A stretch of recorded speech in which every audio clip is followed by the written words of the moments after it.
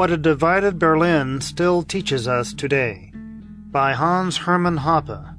an audio Mises Daily, narrated by Keith Hawker. This is from a theory of Socialism and Capitalism, first published in 1989, shortly before the fall of the Berlin Wall.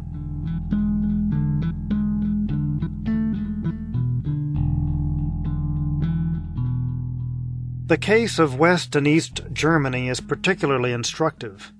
Here, history provides us with an example that comes as close to that of a controlled social experiment as one could probably hope to get. A quite homogeneous population, with very much the same history, culture, character structure, work ethics,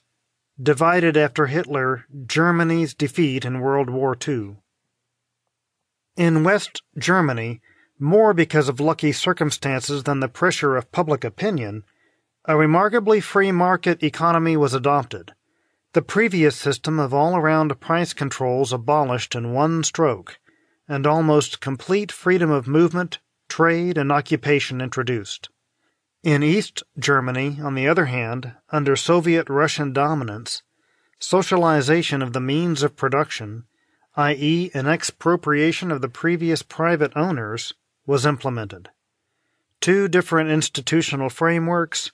two different incentive structures have thus been applied to the same population. The difference in the results is impressive. While both countries do well in their respective blocs, West Germany has the highest standard of living among the major West European nations, and East Germany prides itself in being the most well-off country in the East Bloc.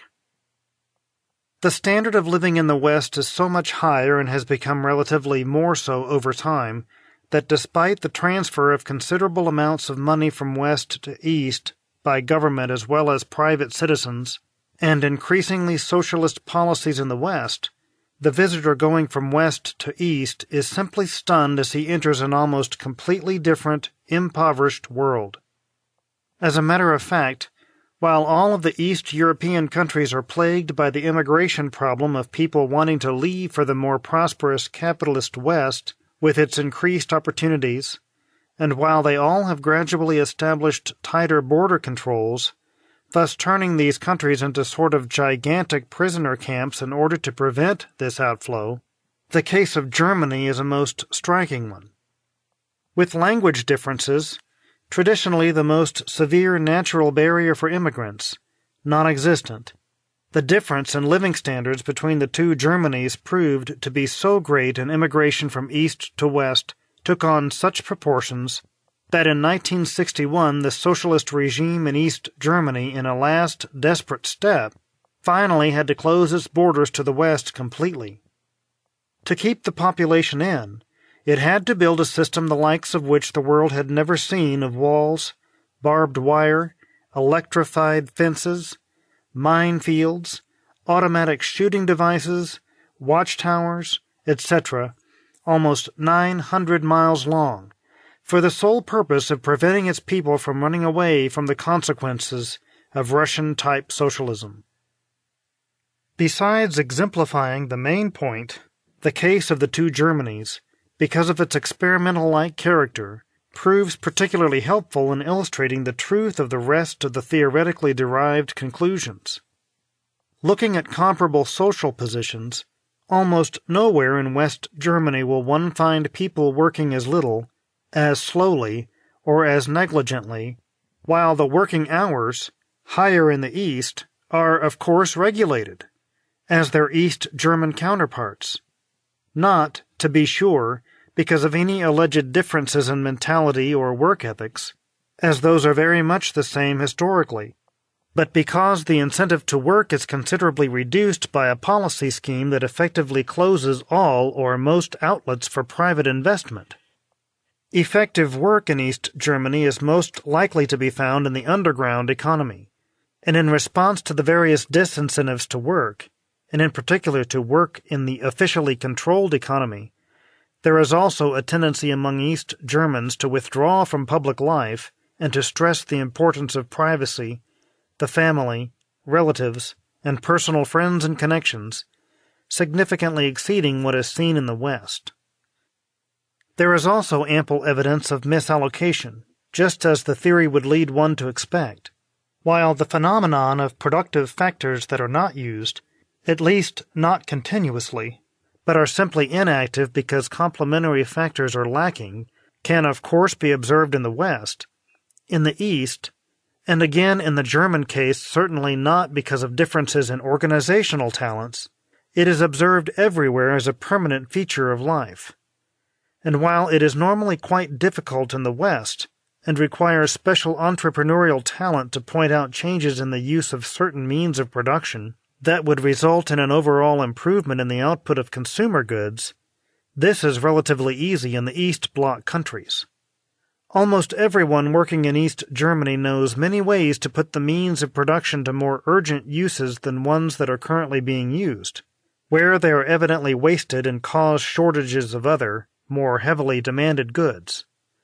But since they are not able to bid them away and must instead go through tedious political procedures to initiate any changes, nothing much can be or indeed is done. Experience also corroborates what has been said about the other side of the coin, the overutilization of publicly owned means of production. In West Germany such public goods also exist, and, as would be expected, they are in relatively bad shape. But in East Germany, and no differently or in fact even worse in the other Soviet-dominated countries, where all factors of production are socially owned, insufficiently maintained, deteriorating, unrepaired, rusting, even simply vandalized production factors, machinery, and buildings are truly rampant. Further, the ecology crisis is much more dramatic in the East, in spite of the relatively underdeveloped state of the general economy, than in the West, and all this is not, as the case of Germany proves clearly enough, because there are differences in people's natural inclination to care and to be careful. Finally, as regards the theoretically predicted changes in the social and personality structure, complaints about superiors are, of course, quite a common phenomenon everywhere.